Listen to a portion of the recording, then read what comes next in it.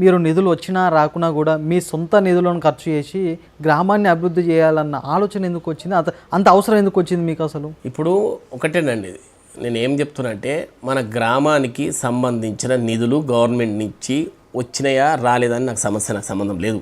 ఇంతవరకు నేను జీపీలో చెక్ చేసిన పేమెంట్ కూడా నేను చెక్ చేయను.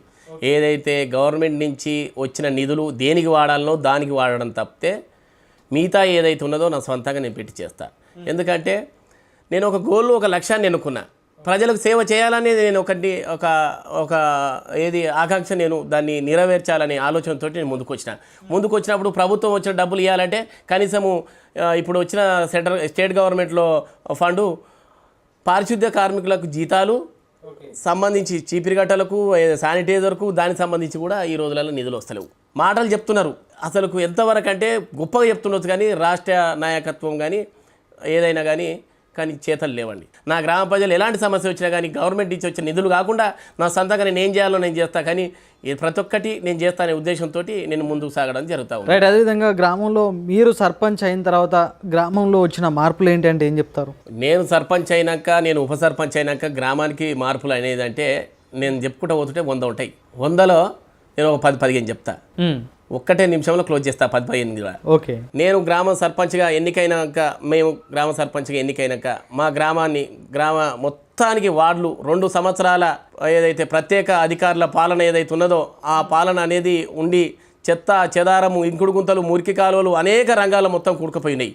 అలాంటి మేము రాగానే మొత్తం పారిశుద్ధ్యం కానీ అనేక సమస్యలు కానీ మొత్తం క్లీన్ చేయించి ఏదైతే మా గ్రామ పంచాయతీ ఆవరణ ఒక బూత్ బంగ్లా ఉండే దానికి పెయింటింగ్ వేయించి ఫర్నిచర్ తెప్పించి అనేక రంగాల్లో దాన్ని ఆ గ్రామ పంచాయతీ డెవలప్ చేయించడం జరిగింది. ఆ తర్వాత నెక్స్ట్ అంగన్వాడీ మొత్తం అసలు ఎట్లా ఉండే అంగన్వాడీ అంటే అసలు ఏ విధంగా ఉండే డిఫరెంట్గా ఉండేది. అంగన్వాడీ పోరాలు పోదామన్నా కానీ భయపడి వచ్చేది, అదేదో బూత్ బంగ్లా లెక్కలు ఉంటుందని చెప్పేసి దానికి మరమ్మతులు చేయించి అన్ని పెయింటింగ్ వేయించి అన్ని ఇది వాటర్ సౌకర్యం కల్పించి మొత్తము ఫిల్టర్ వాటర్తో తగ్గించి టీవీలతో అమర్చి అంగన్వాడీ డెవలప్ చేయడం జరిగింది. బస్టాండ్ రూపురేఖలు మార్చడం జరిగింది.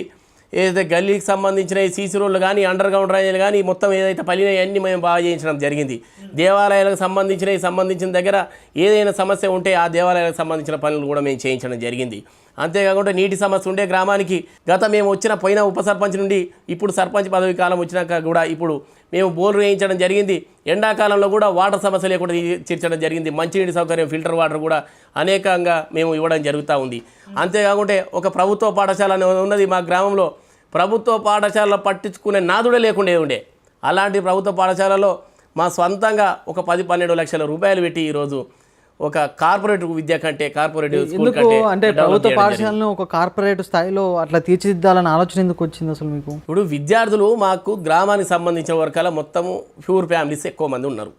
ఎందుకంటే మాకు మారుమూల గ్రామం ఉండే అలాంటి గ్రామంలో విద్యార్థులు చదువుకోవాలన్నా కానీ ప్రైవేట్ పాఠశాల పంపించాలన్నగా ఇక్కడ చెల్లి 10-12 కిలోమీటర్ దూరంలో పోయి పంపించవలసి వస్తుంది. ఆ పంపించడం వల్ల ఎందుకు పంపిస్తున్నారు? ఇక్కడ విద్య అనేది సంబంధించిన స్కూల్ బాగులేదు. స్కూలు మొత్తం అస్తవ్యస్తంగా మొత్తం దివాలా తీసిపోయింది. పాఠశాలకు కూడా మీ సొంత నిధులేనా? మొత్తం పాఠశాలకు మొత్తం సొంత నిధులు, గవర్నమెంట్ నుంచి నిధులు ఏడొస్తున్నాయి అది అసలు. రైట్.